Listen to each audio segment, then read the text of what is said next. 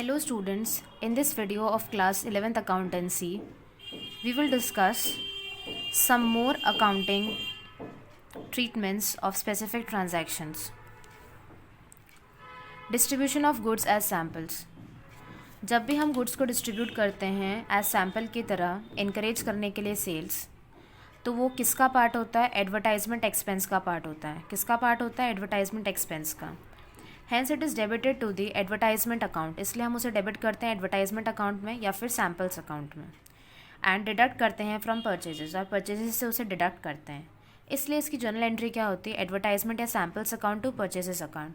Advertisement भी लिख सकते हो आप, सैम्पल्स भी लिख सकते हो, टू परचेज अकाउंट. अब नेक्स्ट है loss of stock by theft या फायर. अगर आपके स्टॉक का लॉस हो गया किसके कारण? थेफ्ट या फिर फायर के कारण. In both the cases it is loss of goods and loss to business. Goods का भी लॉस हो रहा है या बिजनेस का भी लॉस हो रहा है, तो इसकी एंट्री क्या होगी? Loss of stock by theft या fire to purchases account. Loss of stock by theft और fire is debited because the loss incurred is an increase in expense. ठीक है, इसे हम डेबिट क्यों करते हैं? क्योंकि हमारे एक्सपेंस को बढ़ाता है, इसलिए हम इसे डेबिट करते हैं. और परचेज को इसलिए क्रेडिट करते हैं क्योंकि ये सेल नहीं है. ठीक है, इससे हमारा कोई सेल नहीं हो रहा है. In case goods were insured and insurance claim is lost. अगर हमने गुड्स को इंश्योर कर रखा है और उसके लिए हमने एक इंश्योरेंस क्लेम किया है कंपनी को, तो क्या करेंगे? इंश्योरेंस कंपनी जो है वो डेबिट हो जाएगी, वो हमारी डेटर बन जाएगी. और to loss of stock by theft या फायर, इसे हम क्रेडिट कर देंगे, क्योंकि ये जो अमाउंट है लॉस का वो हमें किससे मिल सकता है? इंश्योरेंस कंपनी से ये अमाउंट हमें मिलेगा. ठीक है, फिर when full amount of claim is receive from the insurance company, जब इंश्योरेंस कंपनी से उस लॉस ऑफ स्टॉक का या थेफ्ट या फायर के द्वारा वो अमाउंट मिल जाएगा, तो हम क्या करेंगे? Bank account debit to insurance company. क्या करेंगे? Bank account debit to insurance company. When the insurance company does not pay full claim, जब इंश्योरेंस कंपनी पूरा क्लेम पे नहीं कर पाएगी, तो बैंक अकाउंट डेबिट करेंगे. Loss of stock by theft या फायर, जितना अमाउंट एडबिट नहीं होगा उसे to insurance company, total claim. ठीक है, तो ये हमारी एंट्री हो गई है. तो इसका एक इलस्ट्रेशन है जो हम डिस्कस कर लेते हैं. Generalized the following.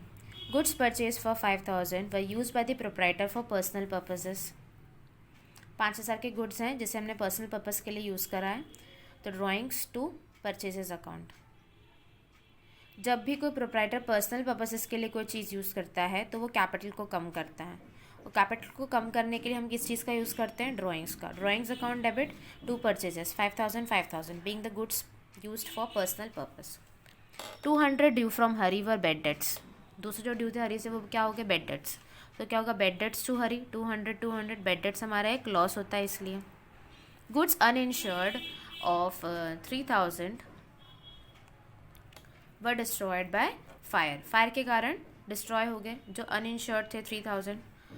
ठीक है, तो loss of stock by fire account to purchases account, that is 3,000 being the goods destroyed by fire. Okay, goods costing 1,000 damage by fire. An insurance company accepted claim of rupees 800 and check is received from the insurance company.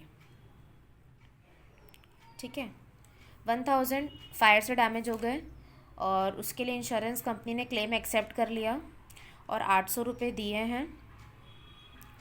800 रुपये मिले हैं insurance company से. The loss of stock by fire to purchase is 1,000. Insurance company to loss of stock by fire 1,000. Bank account debit. Loss of stock by fire profit and loss account में debit होगा 800, 200 to insurance company. ये हमने entry करी है. ठीक है, next क्या है? Goods costing 500 given as charity. इसके सेल्स प्राइस थी कितने की थी? 600 की थी. तो सिंपल है, charity to purchases 500. Selling price से कोई मतलब नहीं है हमें. पेड लैंडलॉर्ड 1,500 रेंट एक एक्सपेंस है. Restaurant to cash 1,500. Sold household furniture for ₹5,000. The proceeds were invested in the business. इसे बिजनेस में इन्वेस्ट कर दिया. तो कैश अकाउंट डेबिट होगा टू कैपिटल 5,000 क्योंकि इतने से कैपिटल इंक्रीज हुआ है। ओके अब नेक्स्ट जो चीज़ है हमारे पास परचेज या सेल ऑफ फिक्स एसेट्स। अगर हमने परचेज करा है या फिर सेल करा है फिक्स एसेट्स का, ठीक है। Fix assets such as fix assets कौन से होते हैं? मशीनरी, प्लांट, फिक्सचर्स, ये सब फिक्स एसेट्स होते हैं। ये हम क्यों परचेज करते हैं? इससे हमारी अर्निंग कैपेसिटी बिजनेस की बढ़ती है और हम इसे तुरंत रीसेल नहीं करते। जैसे हम गुड्स को तुरंत रीसेल करते हैं वैसे हम फिक्स एसेट्स को रीसेल नहीं करते क्योंकि इससे हमारी अर्निंग कैपेसिटी बढ़ती है। Following entries are passed to record the purchases and sale of fix assets on purchase of fix asset. जब हम फिक्स एसेट को परचेज करते हैं तो हम क्या करते हैं? फिक्स एसेट के अकाउंट को डेबिट करते हैं टू कैश या फिर बैंक या फिर सप्लायर्स अकाउंट अगर हमने उधार में परचेज़ करा है। अगर हमने उधार में परचेज़ करा है तो to suppliers account to purchase on credit. और अगर हमने कैश या बैंक के थ्रू करा है if purchase is against immediate payment तो हम टू कैश या बैंक करेंगे। On sale of fix asset अगर हमने सेल करा है फिक्स एसेट का तो कैश या बैंक अकाउंट डेबिट होगा क्योंकि पैसा मिलेगा हमें। परचेजर अकाउंट अगर हमने उधार पे बेचा है किसी को वो asset. Loss on sale of fix asset अगर हमने लॉस में बेचा है तो लॉस कैसे निकालेंगे? Book value minus cell value, तो लॉस होगा।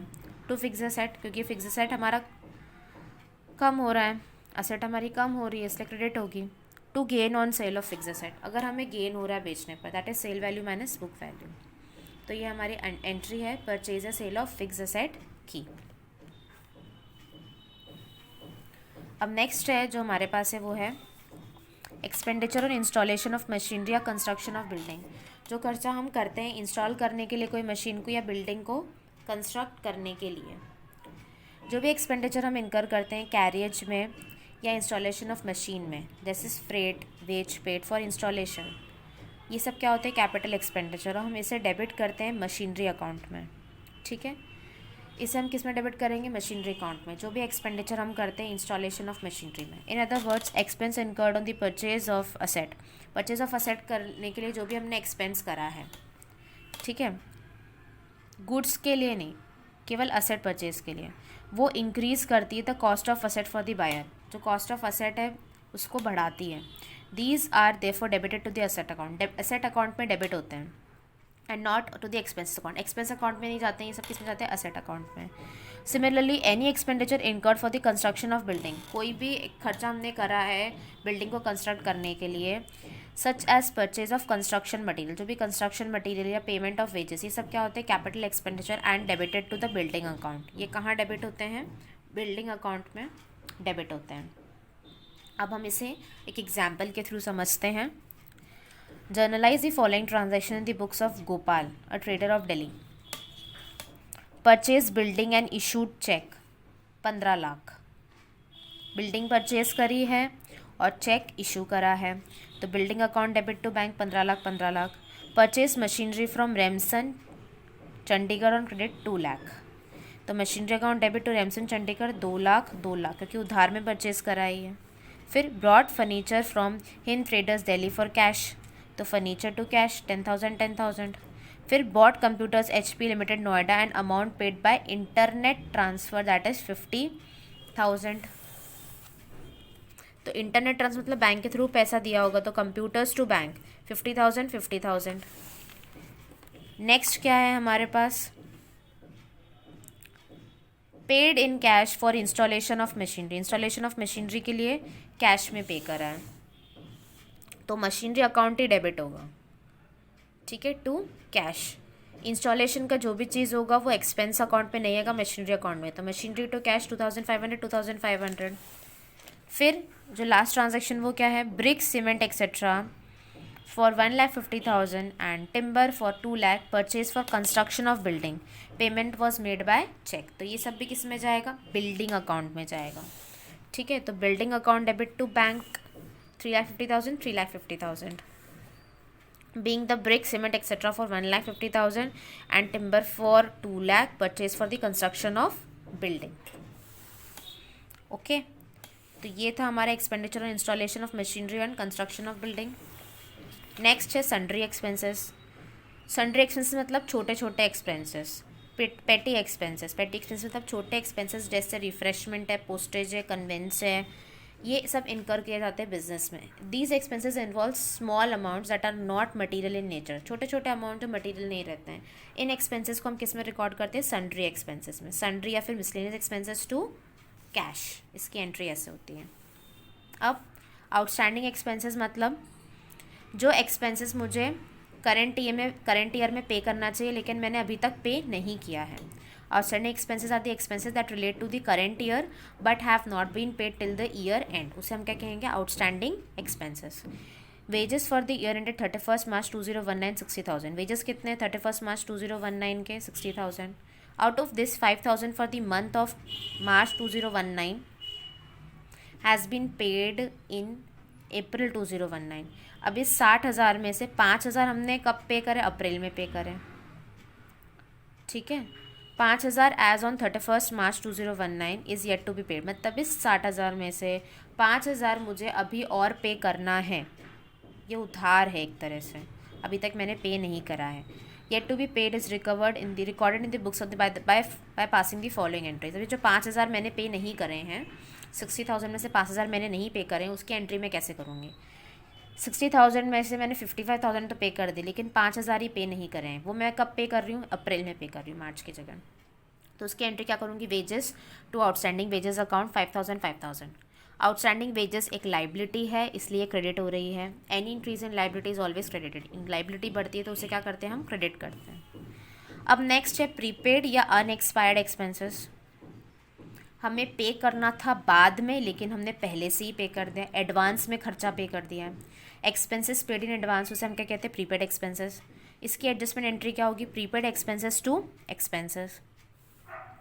इसका एग्जाम्पल समझ लो. On 1 July 2018 12,000 was paid as insurance premium. 12,000 pay किया गया है इंश्योरेंस प्रीमियम की तरह for the shop for the whole year. ठीक है. Final accounts was prepared on 31st March 2019. It means advance payment has been made for the period from 1st April 2019 to 30th June 2019. Okay. Since payment relating to the period of 1st April 2019 to 30th June 2019 relates to the next year, it should be recorded in the books for the year ended 31st March 2019 as prepaid expenses. Journal entry is passed as. अब जुलाई 1 2018 को 12,000 मैंने पे कर दिए पूरे साल के. अब फाइनल अकाउंट्स हमने कब तक प्रिपेयर करा है? 31 मार्च 2019 तक. ठीक है. तो 1 जुलाई 2018 से 1 जुलाई 2019 तक पे कर दिया पूरे साल भर का. ठीक है. तो मैंने एक्स्ट्रा कितना पे कर दिया? मार्च तक का तो मुझे पे करना था, मार्च के बाद मैंने एक्स्ट्रा पे कर दिया है. अप्रैल, मई और जून 3 महीने का एक्स्ट्रा पे कर दिया. जो 3 महीने का जो मैंने एक्स्ट्रा पे करा है वो एडवांस हो गया मेरा. Insurance premium paid in advance, 3 महीने का एडवांस हो गया. ठीक है. ये बोल रहा है ना 12 महीने का होल ईयर. तो 1 जुलाई 2018 से 1 जुलाई 2019 तक होल ईयर हो गया है. लेकिन ईयर कब खत्म होता है? 31 मार्च 2019 पर. तो 3 महीने का अप्रैल, मई और जून का एडवांस हो गया है मेरा. ठीक है. तो मैं इसकी एंट्री क्या करूँगी? Prepaid insurance premium account 3,000 to insurance premium account 3,000. Prepaid expense है कि असेट है, जब भी असेट बढ़ती है तो उसे हम डेबिट करते हैं, इसलिए यहाँ पर इसे डेबिट किया गया है. I hope that through this video you have understood some journal entries related to specific transactions. Thank you.